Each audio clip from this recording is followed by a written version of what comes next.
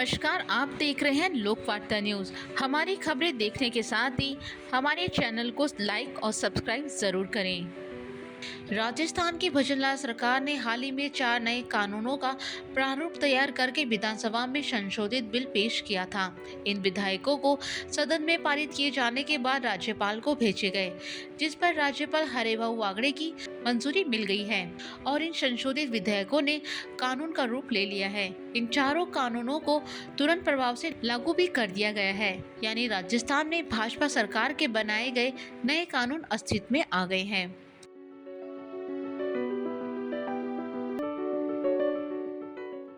आपातकाल के समय जेल जाने वालों को सरकार ने लोकतंत्र का रक्षक माना है। जब भाजपा सरकार आती है तब मीसाबंदियों के लिए पेंशन चालू की जाती है, लेकिन जब कांग्रेस सत्ता में होती है तो वो पेंशन बंद कर देती है। वहीं अब राजस्थान में भजनलाल सरकार है, जिसके बाद मीसाबंदियों के लिए कानून बना दिया गया है। राजस्थान लोकतंत्र सेनानियों का सम्मान विधेयक 2024 को पारित करके कानून का रूप दिया गया है। अब मीसाबंदियों को हर महीने 20,000 रुपए की पेंशन मिलेगी। इसके साथ ही 4,000 रुपए का चिकित्सा भत्ता प्रतिमाह दिया जाएगा। सेनानी के मृत्यु होने पर पत्नी या पति को जीवन पर्यंत ये सुविधा मिलती रहेगी।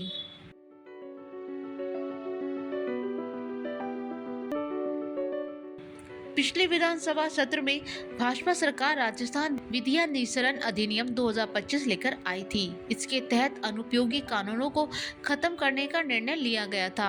ये पुराने कानून पंचायती राज विभाग से जुड़े थे, जिनका वर्तमान समय में कोई उपयोग नहीं रह गया है। विधानसभा में विधेयक पेश करके इन पुराने कानूनों को खत्म करने के लिए विधेयक पारित किया गया। राज्यपाल की मंजूरी के बाद 45 कानूनों को खत्म कर दिया गया है।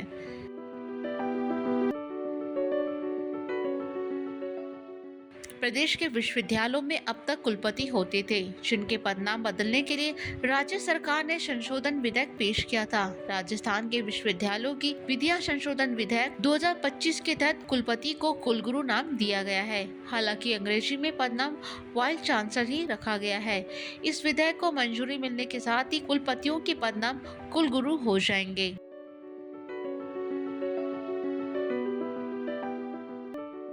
राज्य सरकार ने राजस्थान विधिया संशोधन अधिनियम 2025 पारित करके प्रदेश की स्थानीय निकायों में न्यायाधीशों की नियुक्ति पर रोक लगाने का काम किया है। सरकार का मानना है कि स्थानीय निकायों में जजों की नियुक्ति की कोई आवश्यकता नहीं है। इस विधेयक को भी राज्यपाल ने मंजूरी दे दी है। अब राजस्थान नगर सुधार न्यायालयों और प्राधिकरणों में जजों की नियुक्ति नहीं होगी। ये बिल सुप्रीम कोर्ट के अंतरिम निर्णय के बाद लिया गया था। सरकार के इस फैसले से प्राधिकरण की शक्तियों पर कोई प्रभाव नहीं पड़ेगा।